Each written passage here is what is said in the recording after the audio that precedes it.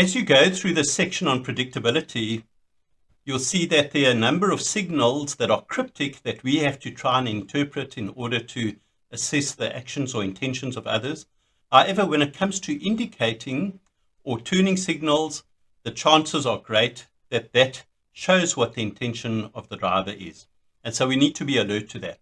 However, there are 2 points to keep in mind when it comes to indicators or turning signals. Firstly, and it's a point that I've repeated right throughout the course, it seems that for a number of drivers on the road, they think that by simply putting on their turning signal or indicator that it gives them the right to turn.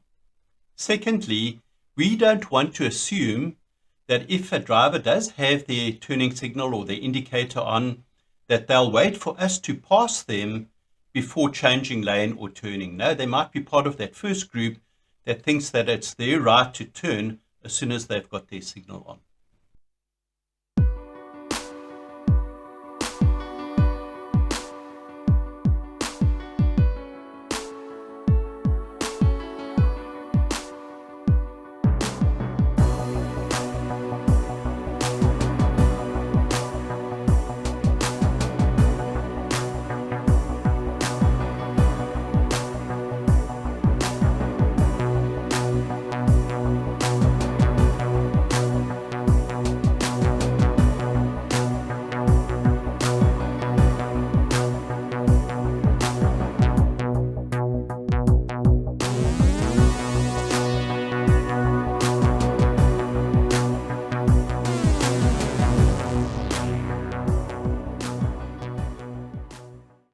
Please like, subscribe, and get notified.